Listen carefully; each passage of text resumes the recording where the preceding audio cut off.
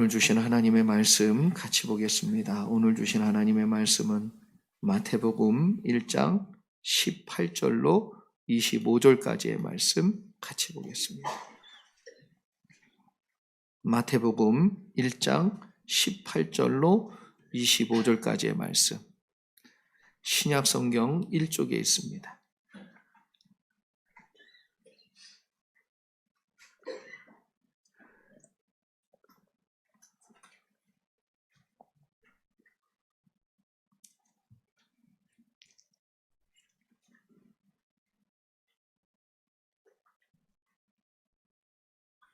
다 찾으셨으면 우리 같이 교독하겠습니다. 18절 제가 먼저 읽습니다.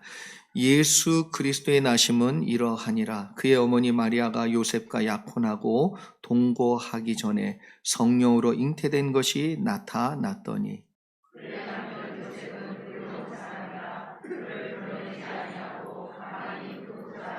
이 일을 생각할 때에 주의 사자가 현몽하여 이르되 다윗의 자손 요셉아 내 아내 마리아 데려오기를 무서워하지 말라. 그에게 잉태된 자는 성령으로 된 것이라.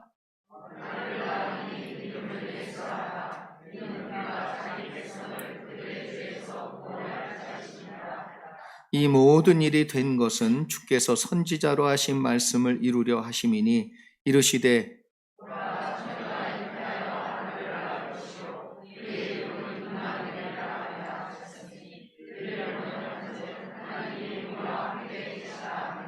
요셉이 잠에서 깨어 일어나 주의 사자의 분부대로 행하여 그의 아내를 데려왔으나 같이 있습니다. 아들을 낳기까지 동참 아니하더니 나음의 이름을 예수라 하니라. 아멘. 성경은 예수 그리스도께서 이 땅에 왜 오셨는지를 분명히 밝히고 있습니다. 그것은 선지자들이 한 그 약속의 말씀을 이루기 위해서 예수님께서 오셨다라고 말씀합니다. 또한 우리의 죄로 우리가 죽을 수밖에 없는 우리들인데 우리의 죄를 사하시고 구원해 주시고자 예수님께서 오셨다고 그랬고, 또 하나는 하나님이 우리와 늘 함께하는 자로, 그래서 하나님이 우리와 함께 하시는 것을 누리는 자들로 우리를 자녀 삼아 주시기 위해서, 그래서 하나님이 늘 함께 하시는 복을 누리게 하기 위해서 예수님께서 이 땅에 오셨다라고 분명히 말씀하고 있습니다. 여러분이 잘 아시는 김병삼 목사님, 최근 들어 많은 분들에게 사랑을 받고 있습니다. 이 목사님 쓰신 교회가 이 땅의 소망입니다 라는 책에 나오는 이야기를 여러분께 소개합니다. 한 목사님이 베트남 선교사로 나갔습니다. 분명히 하나님의 말씀을 통해 또 기도의 응답을 통해 베트남 선교사로 부르셨다는 소명과 확신을 갖고 열심히 사역을 하셨다고 합니다. 그런데 베트남에 가서 사역한 지 2년 동안 아무런 사역의 열매가 없고 계속해서 실패만 거듭되고 반복해서 점점점 어려워지고 있는 거예요. 그래서 선교사님 가운데 탈진이 일어나기 시작했습니다. 그리고 허탈한 마음에 빠지기 시작했어요. 그러던 중에 기도하면서 생각해 보니까 왜 이런 실패가 이루어지고 있는가? 왜 이렇게 실패하고 있는가? 라는 이유를 발견하게 되었는데, 그것은 자신이 그 땅에 사는 백성들을 정말 진심으로 사랑하지 않고 사역하고 있는 자신의 모습을 발견하게 된 거예요. 그래서 하나님 앞에 진심 어린 회개를 하게 되었다고 합니다. 어떻게 기도했냐면, 하나님, 저 이제 선교 접겠습니다. 아무리 생각해도 제가 베트남 사람들을 진심으로 사랑하지 않는 것 같습니다. 그때 주님께서 이렇게 기도하고 있는 이 목사님에게 마음에 응답을 주셨다고 합니다. 뭐라고 그랬냐면, 사랑하는 아들아, 내가 이곳에 있게 될 이유는 내가 그들을 사랑하느냐 사랑하지 않느냐 그것 때문이 아니라 내가 이곳에서 사역해야 될 이유는 너의 하나님인 내가 이 백성을 너무나 사랑하기 때문에 그렇단다. 네가 이 백성을 사랑하냐 안 하냐가 중요한 게 아니라 내가 이 백성을 너무나도 사랑하기 때문에 네가 이곳에서 사역해야 된다. 그 순간 이 베트남 선교를 담당했던 그 목사님이 깨달은 거예요. 늘 선교의 사역의 주체가 하나님이 아니었고 나였다는 것을 발견한 거예요. 그래서 깊이 깨닫고 회개하셨다고 합니다. 모든 사역이 하나님의 소원과 뜻대로 이루어지고 그리고 그렇게 가고 있다는 것을 본인이 모른 거예요. 그것을 깨달은 이분은요, 이제 하나님의 뜻대로 되기를 원했어요. 그리고 순종하며 그 길을 따라가게 되었다고 합니다. 그러니까 사역이 변화가 일어나는 거예요. 사역이 열리기 시작하는 거예요. 하나님의 이루어 가시는 역사들이 나타나기 시작했다고 합니다. 그럼 우리는 하나님의 뜻을 다 이해하기 때문에 순종하는 사람들이 아닙니다. 하나님은 항상 정답이시다. 하나님은 옳으시고 하나님은 실수가 없다는 믿음이 있기 때문에 순종하는 사람들입니다. 하나님은 틀리신 적이 없어요. 하나님은 분명히 그 안에 뜻이 있는 줄 믿습니다. 만약 하나님의 뜻을 이해하고 하나님의 뜻을 다 알기 때문에 여러분 순종하면 우리는 너무 제한적으로만 순종할 수밖에 없어요. 왜? 하나님이 말씀하시는 건 내가 받아들일 수 있느냐 없느냐 그거와 상관없이 하나님은 우리에게 늘 하나님의 뜻을 말씀해 주고 계시기 때문에 그래요. 그러니까 우리가 받아들이지 못하는 게 너무 많은 거예요. 받을 수 없는 게 너무 많은 것이지요. 오늘 본문은 사랑하는 여인과 이제 결혼을 앞두고 있는 참 부푼 꿈에 놓여 있는 한 청년 요셉의 이야기가 소개가 되고 있습니다. 그런데 이에게 정말 이해할 수 없는 큰 일이, 큰 사건이 벌어지게 됩니다. 그래서 예수 그리스도께서 탄생하게 되셨어요.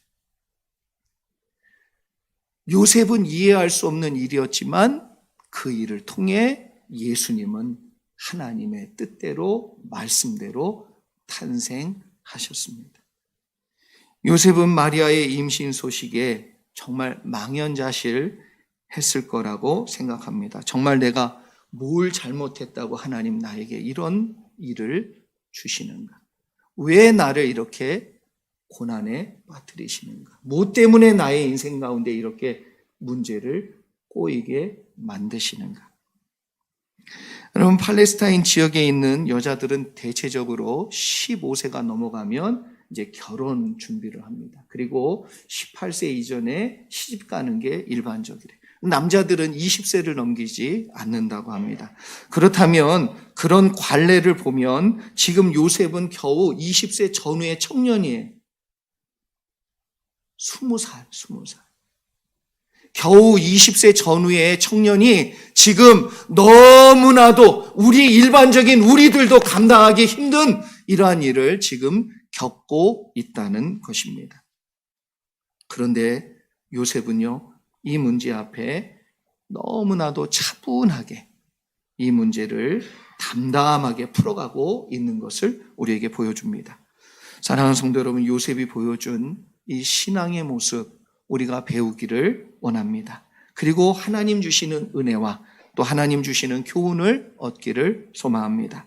그리고 주님이 이 땅에 오신 이유를 분명히 깨닫고 다시 한번 성탄의 은혜 안에 함께 들어가는 저와 여러분 될 수 있기를 소망합니다. 먼저 18절과 19절 말씀 함께 보겠습니다. 18절, 19절 말씀 같이 한번 읽지요. 시작. 예수 그리스도의 나심은 이러하니라. 그의 어머니 마리아가 요셉과 약혼하고 동거하기 전에 성령으로 잉태된 것이 나타났더니 그의 남편 요셉은 의로운 사람이라 그를 드러내지 아니하고 가만히 끊고자 하여. 아멘. 예수님의 탄생은 동정녀의 탄생이다라는 것을 분명히 보여주지요. 약혼자인 요셉과 동침하기 전에 이미 뭐예요? 아이가 생겼다. 근데 그 아이는 인간의 씨, 요셉의 씨가 아니라 성령으로 말미암아 잉태된 하나님의 능력과 역사 가운데 나타난 사건이라는 것을 분명히 말씀하고 있습니다. 여러분, 이 말씀을 우리가 좀 더 이해하고 그리고 받아들이기 쉽게 우리가 깨닫기 위해선 먼저 이스라엘의 결혼의 풍습을 우리가 좀 알기를 원합니다.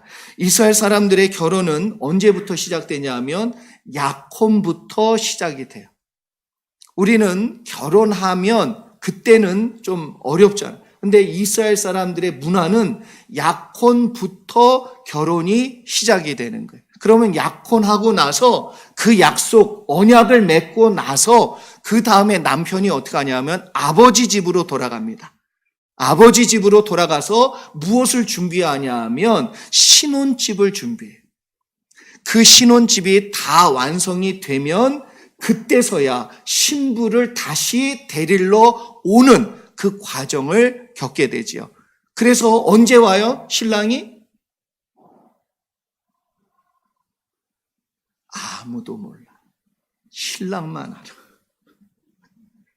신랑이 한 달 뒤에 다져야지 그러면 한 달 뒤에 오는 거고, 빨리 져서 5일 만에 지어야지 그러면 5일 만에 오는 거예요. 아무도 몰라요. 누구만 알아요?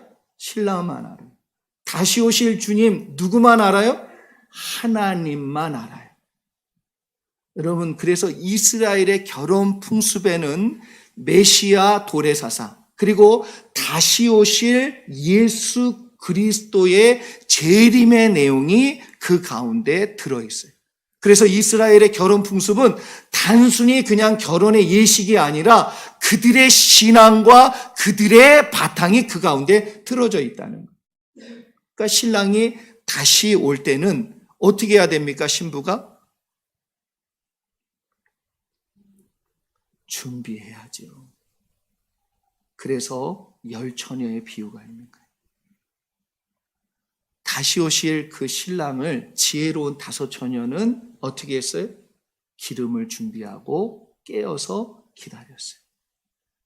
그런데 지혜롭지 못한 다섯 처녀는 뭐하고 있었어요? 기름도 준비하지 아니하고 정신줄 놓고 있었어요. 그래서 그 신랑을 맞이하지 못했다. 그 기쁨에 들어가고 동참하지 못했대요. 이 내용이 여러분 성경 곳곳에 이스라엘의 결혼 풍습과 관련된 이 신앙의 내용이 얼마나 많이 성경 안에 들어있는지 모릅니다. 요셉은 청혼한 뒤에, 그래서 약혼식을 한 뒤에 아직 처소를 준비하고 있는 상황인 것 같아요.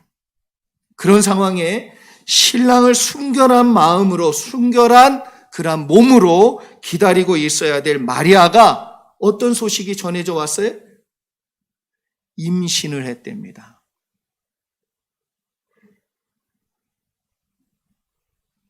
여러분, 이런 상황이 벌어지면요, 이건 간음이에요, 간음. 인간적으로 이게 하나님의 역사다라는 걸 이해하지 못하고, 그리고 그걸 모를 때는 이건 100% 간음이에요. 그래서 요한복음 8장에 나오는 현장에서 간음하다 잡힌 그 여인을 어떻게 하려고 그랬어요? 돌로 쳐 죽이려고 했단 말이에요. 그렇게 해도 되고, 그렇게 해도 누구 하나 뭐라고 욕하는 사람 아무도 없는, 율법에 정한 법대로 죽일 수 있는 그런 상황이랍니다. 그런데 여러분, 요셉이 문제를 풀어가는 모습을 보세요. 어떻게 풀어가냐 하면 정말 의로운 사람이에요. 가만히 끊고자 하여. 의로운 사람은 하나님이 원하시는 방향으로 마음을 움직입니다. 살리려고 합니다. 회복시키려고 하는 거예요. 지금 이 순간은 누구라도 감정이 폭발될 수밖에 없는 상황이에요. 여러분의 일이라면 아마 이성을 잃고 화를 내어야 당연한 상황입니다. 그럼에도 불구하고 겨우 나이 20살밖에 되지 않은 요셉은 의로운 방향에서 이 문제를 풀어요. 자신의 감정에 매이지 않고 자신의 감정에 이끌리지 않고 가만히 끊고자 했다는 겁니다. 생각해보면 어떻게 이 20살밖에 되지 않은 요셉이 이런 결정을 내릴 수 있었을까? 거기에는 분명한 이유가 있습니다. 뭐라 그러냐면 요셉은 의로운 사람이었다. 여기서 말하는 의롭다라는 이 말은 뭐냐면 하나님의 뜻과 방향으로 생각하며 결정하는 사람이다라는 거예요. 하나님을 의식하며 결정하는 사람을 말합니다. 그러니까 어떤 결정을 내리고 어떤 말을 하는데 하나님이 생각이 나는 거예요. 집사님 한 분이 이제 나이가 드셔서 젊었을 땐 자기 마음대로 사시다가 이제 나이가 들어 자녀들이 성장하니까 저한테 그런 말을 하더라고요. 목사님, 이제 자식들이 두려워. 자식들 눈이 있어. 제 마음대로 사는 게 부끄럽다고. 누가 생각이 나는 거예요? 누구를 의식하는 거예요? 다 큰 자녀들이 보고 있다는 거죠. 그러니까 이제 내 마음대로 못 하겠다는 거예요. 적어도 이제 그 큰 자녀들한테 부끄럽지 않은 그런 아버지가 되어야 되겠다는 그런 생각이 자꾸 붙들리는 거예요. 여러분, 우린 적어도 하나님이 떠올라야 돼요. 하나님이 다 보고 계시는데, 하나님이 나에게 참 큰 은혜를 주셨는데,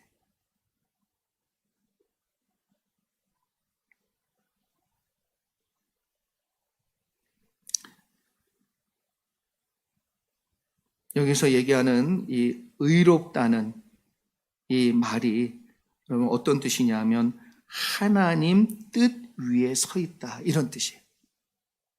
하나님의 뜻 위에 서 있다는 것은 우리를 인도하실 때에 목자 되신 주님이 어떻게 인도한다고요? 의의 길로 인도하시는도다. 그런데 유대인들은 의의 길 이퀄 뭐냐 하면 목자가 양을 인도하는 길. 다시 얘기해서 목자가 서 있는 그 길, 그 길이 생명의 길이고 의의 길이다, 이렇게 얘기합니다.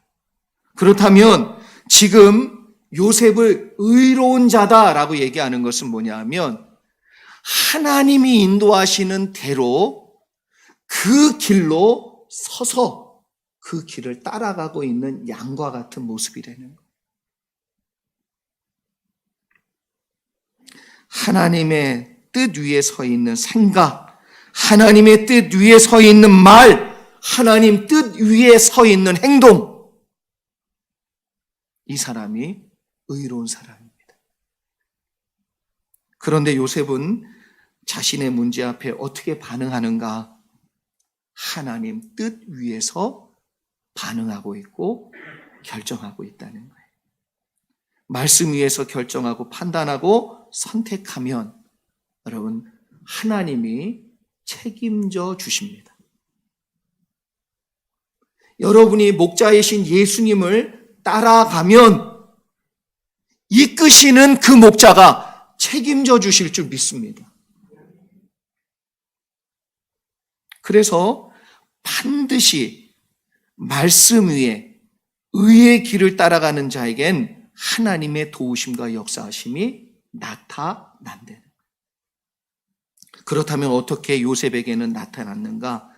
그 내용을 우리가 더 살펴봐야 합니다. 그래서 20절과 21절 말씀 함께 보겠습니다. 20절과 21절 말씀 같이 한번 읽죠. 시작. 이 일을 생각할 때에 주의 사자가 현몽하여 이르되 다윗의 자손 요셉아 내 아내 마리아 데려오기를 무서워하지 말라. 그에게 잉태된 자는 성녀로 된 것이라. 아들을 낳으리니 이름을 예수라 하라. 이는 그가 자기 백성을 그들의 죄에서 구원할 자이심이라 하니라. 아멘.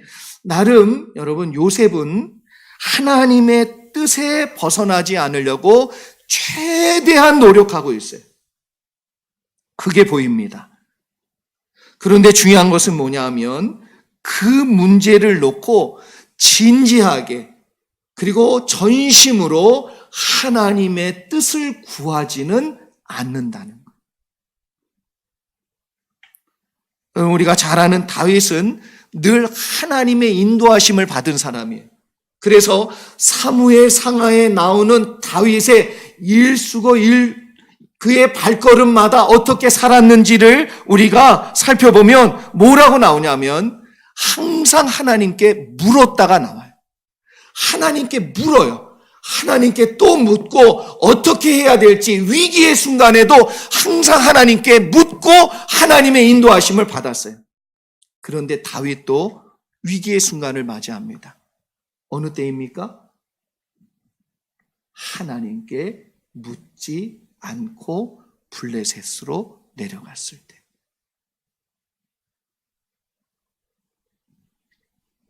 그때 다윗은 너무 엄청난 일들을 경험해. 사랑하는 자기의 군사들이 자기를 죽이려고 하는 그런 위급한 상황도 경험하게 됩니다.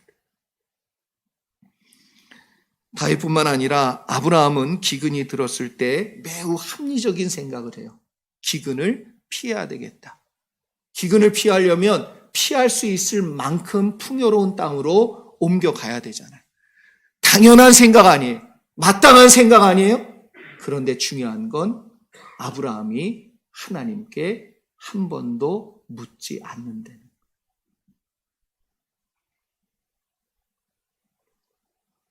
그래서 그곳에 내려간 아브라함은 기근은 피했지만 기근보다 더 무서운 것을 만나게 돼요.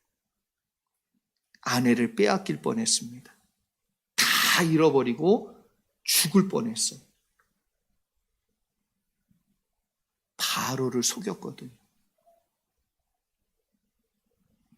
결국에 이 사건 가운데 누가 개입하셔서 살려주시냐 하면 하나님이 개입하세요. 왜 그렇습니까? 하나님과 아브라함이 약속했기 때문에. 나는 그 약속을 잃어버릴 수도 있고 그 약속을 잊을 수도 있어요. 근데 하나님은 그 약속을 영원토록 기억하시고 반드시 이루시는 줄 믿습니다. 그래서 아브라함이 결국 사라와 다시 약속의 땅으로 돌아올 때 누구를 데리고 오지요? 몸종인 하갈을 데리고 돌아옵니다. 많은 재산도 가지고 왔지만 이 하갈을 데리고 돌아왔을 때 이 하갈이 낳은 아들 이스마엘과 이삭의 아들이고 그 후손인 이스라엘이 오늘날까지 피를 흘리며 서로 싸우고 전쟁하고 있어요. 무엇 때문에 그래요? 아브라함이 묻지 않고 애굽으로 내려간 그 한 사건 때문에.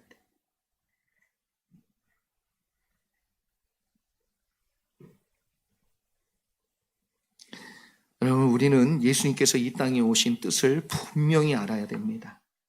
그것은 자기 백성을 죄에서 구원하기 위해 오셨다는 거예요. 여러분, 죄는 뭐지요?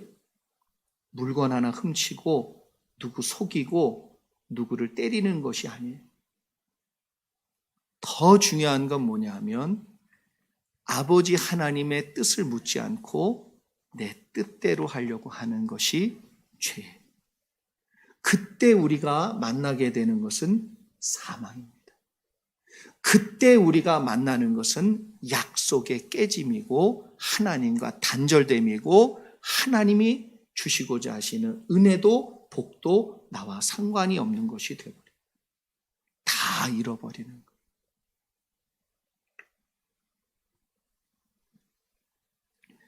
마리아가 임신하게 된 것은 여러분 성령의 역사로 이루어지게 되었다. 그리고 그것이 하나님의 약속의 말씀을 이루는 내용이다 라고 소개하고 있습니다. 그런데 요셉은 도저히 이해가 되지 않지요. 납득이 되지 않습니다. 받아들이기 정말 어려운 그러한 문제를 하나님이 안겨주신 거예요. 우리들도 납득해 보려고 하지만 정말 이해가 되지 않을 때가 너무나도 많은 그러한 순간들이 있습니다. 왜 하나님 나를 이렇게 힘들게 하실까? 내가 뭘 잘못했다고? 나보다 더한 인간들은 한 번도 치시지 않고 그래도 열심히 하는 나를 하나님 왜 나를 이렇게 힘들게 하시나? 그런데 그 이유를 22절에서 이렇게 말씀합니다. 같이 한번 보지요. 22절. 이 모든 일이 된 것은 주께서 선지자로 하신 말씀을 이루려 하심이니. 할렐루야. 우리가 분명히 알아야 되는 것은 하나님은 모든 것을 반드시 그 말씀대로, 그 뜻대로, 그 의지대로 이루시고 완성하시는 분인 줄 믿습니다. 여러분이 그것을 인정하고 받아들이든 안 받아들이든 그거 상관없이 하나님은 하나님 고집대로 여러분과 약속한 그대로 하나님의 계획대로 여러분을 끌고 갈 거예요. 왜냐하면 하나님이 여러분을 핏값으로 샀기 때문에. 하나님은 반드시 하나님의 뜻을 이루시는 분이에요. 요셉이 그것을 이해하든 이해하지 않든 상관없이 하나님은 하나님의 뜻을 분명히 이루시는 분이심을 믿습니다. 우리가 힘든 게 왜 그래요? 내 뜻과 하나님 뜻이 달라서 그래요. 그게 뭐냐 하면 죄예요. 하나님 뜻과 내 뜻이 다르기 때문에 나는 항상 선택하는 길이 뭐냐 하면 하나님이 원하지 않는 길로 가려고 해요. 그 길이 뭐예요? 사망의 길이에요. 죽음의 길이에요. 망하는 길이에요. 무너지는 길이에요. 하나님의 생명으로부터 끊어지는 길이에요. 근데 그것을 뭐 하기 위해서? 다시 돌이켜 생명 가운데로 이끄시고 구원하기 위해 예수님께서 이 땅에 오셨습니다. 이 예수님을 오늘 여러분이 다시 한번 진정 영접하고 다시 한번 진정 모셔드리고 여러분 안에 주님의 생명의 역사가 놀랍게 일어나기를 바라고 소망합니다. 예수님께서 이 땅에 오신 것부터가 선지자로 하신 말씀을 이루려고 오셨고 죽으셨고 부활하셨고 승천하셨고 반드시 그 약속의 말씀대로 다시 오실 줄 믿습니다. 그 뜻을 이루기 위해 요셉이 이해가 되든 안 되든 하나님은 그 약속의 말씀을 이루기 위하여 요셉의 이해와 요셉의 받아들임과 상관없이 하나님의 뜻을 이루어 가세요. 요셉이 이해할 수 없는 방법으로 이해가 되지 않는 역사로 하나님은 말씀을 이루십니다. 그런데 동일하게 우리의 인생 가운데도 하나님은 그렇게 역사하세요. 여러분이 정말 하나님의 역사 안에 들어와 있다면 여러분이 정말 그 순간순간마다 은혜가 넘치고 기쁨이 넘치기를 원한다면 하나님의 생각과 같아지셔야 돼요.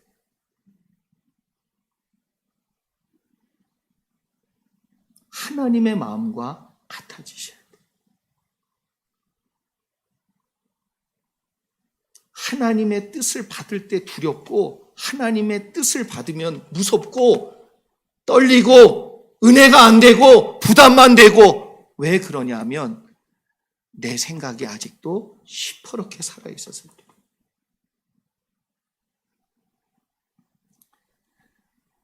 우리가 하나님께서 역사하실 때 이해하고 받아들이기 힘든 이유가 바로 이것입니다. 그래서 우리 마음속에 불평이 있지요. 불편함이 있습니다. 심지어 원망까지 생기지요.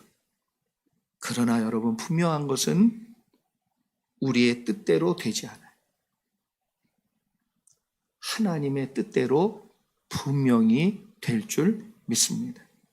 그렇다면 내가 하루라도 속히 평안과 기쁨 가운데 은혜를 누리는 신앙의 삶을 살기 위해선 주님의 뜻에 맞추셔야 돼요.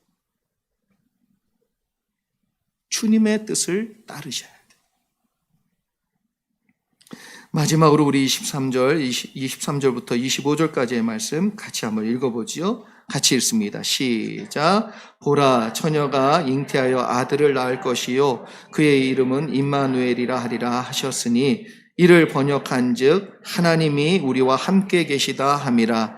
요셉이 잠에서 깨어 일어나 주의 사자의 분부대로 행하여 그의 아내를 데려왔으나 아들을 낳기까지 동침하지 아니하더니 나음의 이름을 예수라 하니라. 아멘. 예수님께서 이 땅에 오신 이유는 당신의 백성을 죄에서 구원하기 위해서 오셨습니다. 그리고 또 한 가지 분명한 이유를 얘기해 주시는데 그게 뭐냐 하면 생명 되신 하나님과 함께 동행하는 임마누엘의 복을 저와 여러분에게 주시기 위해서 예수님이 오셨다는 것. 믿으십니까? 자꾸 메마른 건 시냇가에서 벗어났기 때문에 그래요. 자꾸 갈급한 건 시냇가에서 떨어져 있기 때문에 그래요.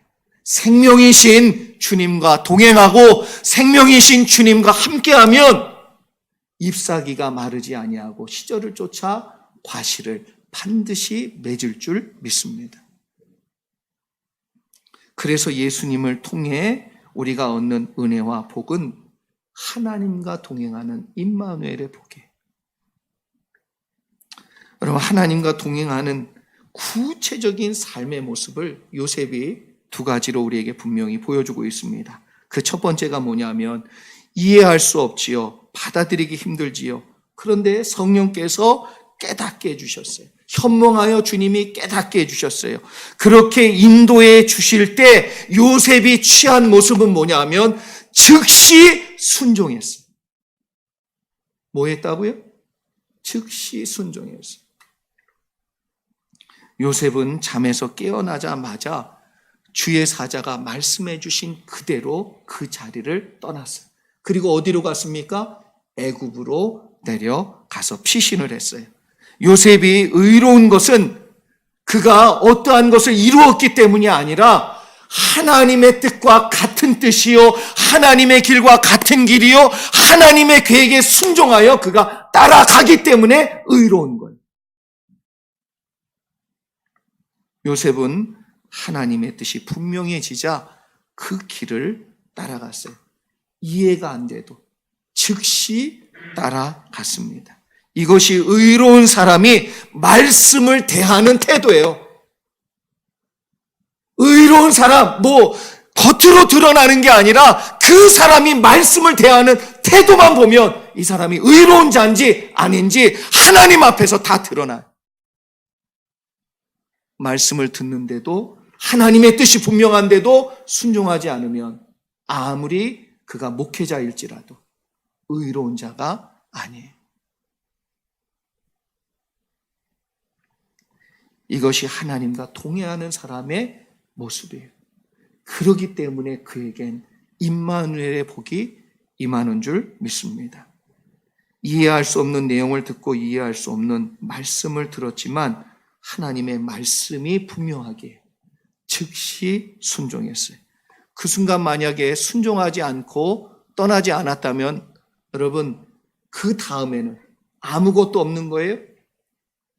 진짜 누구 말 맞다나 사자 피하려다가 호랑이 만나는 격이에요.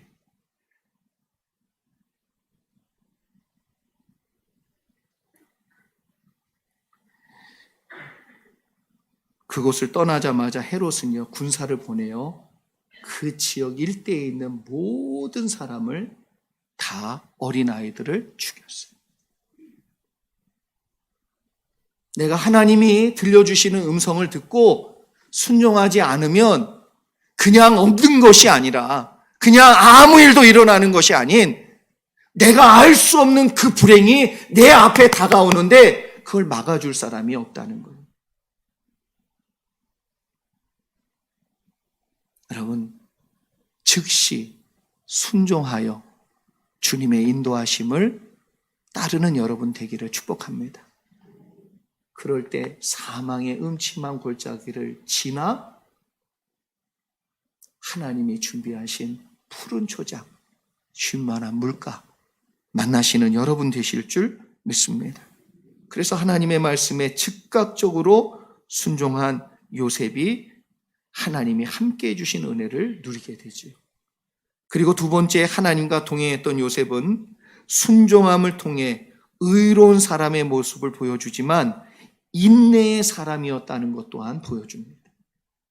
여러분, 하나님과 동행하는 자에게 나타나는 모습이 뭐냐면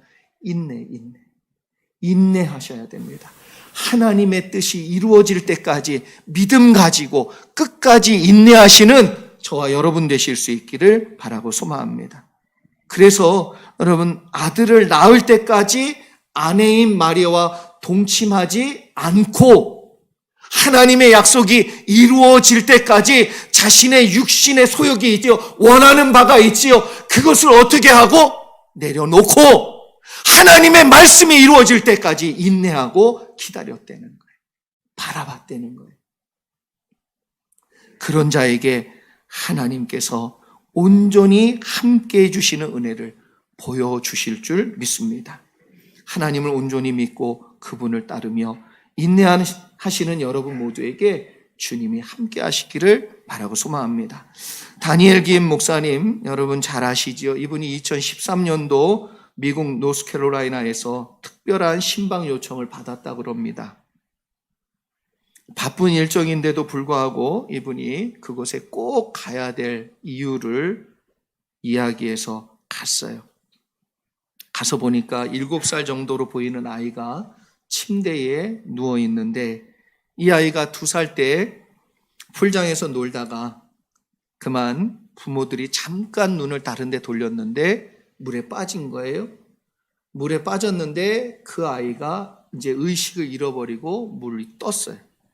그러니까 이 아이를 어떻게 해요? 살리려고 그냥 순간 인공호흡하고 바로 앰뷸런스 불러서 병원으로 이송했어요. 심장은 뛰는데 나머지 모든 것들은 정지됐어요.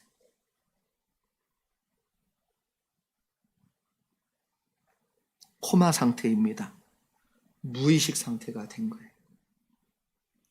그래서 계속해서 살리기 위해 영양제를 투입하고 2년을 버텼습니다.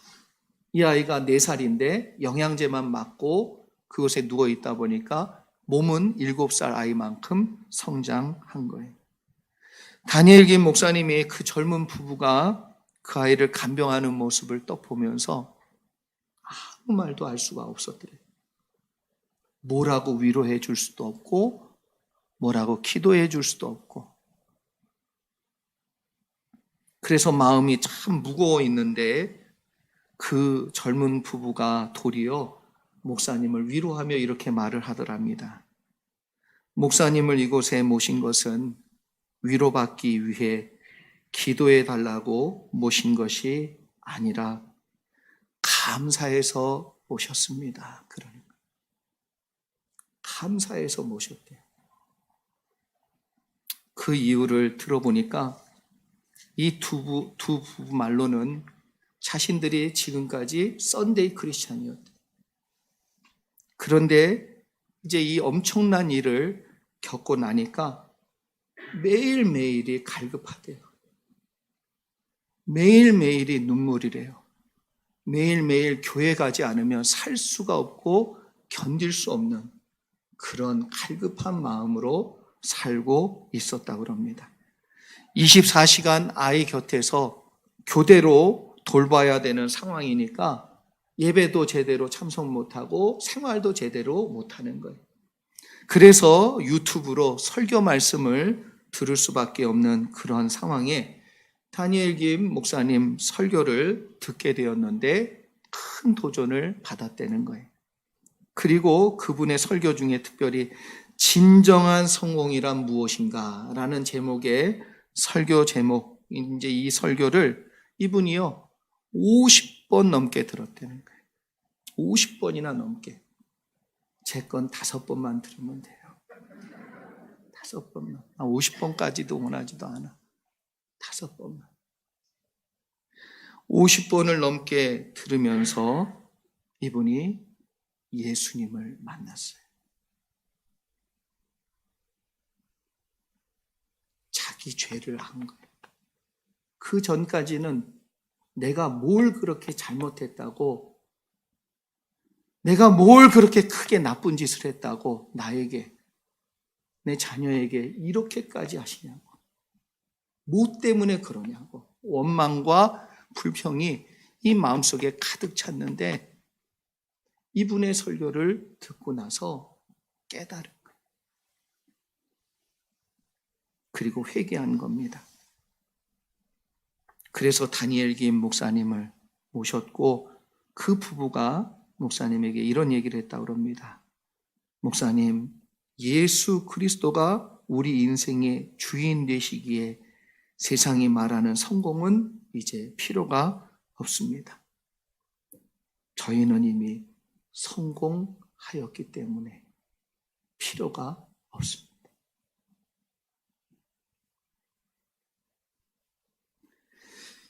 이것이 예수님께서 이 세상에 오신 이유예요. 죄로 죽을 수밖에 없고 죄 가운데 바라보니까 원망과 불평밖에는 보이지 않는 세상이었고 그런 인생을 살았던 우리를 그 죄에서 건져주시려고, 그리고 영원한 생명 되신 하나님과 동행하는 임마누엘의 복을 우리에게 주시기 위해서.